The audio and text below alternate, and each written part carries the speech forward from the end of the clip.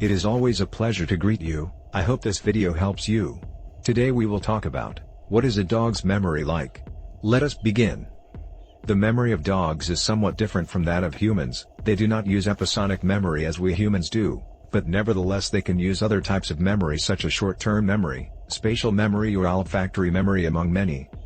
Our dogs have an incredible memory. They are able to remember where they buried a bone even after a few years. We are going to explain how a dog's memory works and why they are able to remember some things and not others. 1. How does our dog's memory work? Since they are puppies, dogs use a type of memory known as procedural memory, which helps them learn the things that we are teaching them, how to relieve themselves outside the home or give the paw when we ask. This type of memory to learn is perfected with repetition. That is why when we train a dog we must always base ourselves on the repetition of the exercise, with a reward when he performs it correctly. The dog's brain does not learn our language, but it quickly learns to get basic food from making certain movements when we command it. We all know that eating and looking for food is a primary basic instinct in dogs, so the use of food to reward a well-performed exercise is what their brain values the most. In other words, giving your dog a treat when he does something well is the best way for him to memorize. Procedural memory remains strongly etched in your dog's brain, causing it to be used almost unconsciously in the future. A dog will give you the paw to get his prize automatically, without thinking about it, because his brain already knows that by giving the paw he will get food. This type of memory becomes associative over time, so that the dog will quickly learn everything he has to do with food. Associating food to perform certain movements is the best way to memorize for them. 2. Short-term memory in dogs.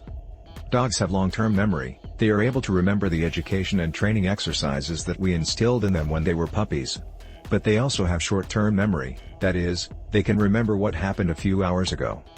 Dogs have short-term memory, but it is very selective. They remember the important, not the unimportant details how we humans do.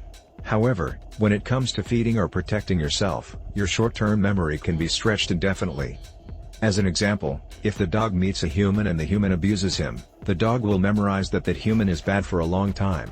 The same happens if an unknown human gives him a cookie. Every time he sees him on the street he will go looking for him to get a cookie again. 3. The olfactory memory of dogs. Dogs have an olfactory memory that is simply amazing. Their brain is capable of associating smells to different places and even to different situations. We must not forget that a dog's nose is more than 1,000 times better than a human's. Its olfactory capacity is unsurpassed. The brain of a dog makes and memorizes an olfactory map of everything, of his house, of the park where he goes for a walk, and even of the areas that he visits for the first time and may not visit again in years. Humans can see with our eyes and create a mental map of our environment to interact with it. Dogs, in addition to the visual mind map, also use an olfactory mind map, capable of indicating a large amount of details without using their sight. Has it ever happened to you that your dog meets someone new and growls at him or does not allow himself to be touched by him? It is because that person possibly emits an odor that indicates something negative to the dog, that activates the dog's associative memory and identifies it with something bad. 4. The distinctive memory in dogs. If at home there are several people who treat your dog, they are able to remember the details of each one.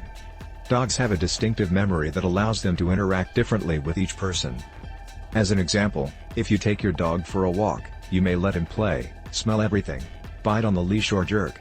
However, if your sister also takes the dog for a walk and she has always forbidden him to pull on the leash or bite her, she will not do it with her. Dogs know what they can and cannot do with each person, individually.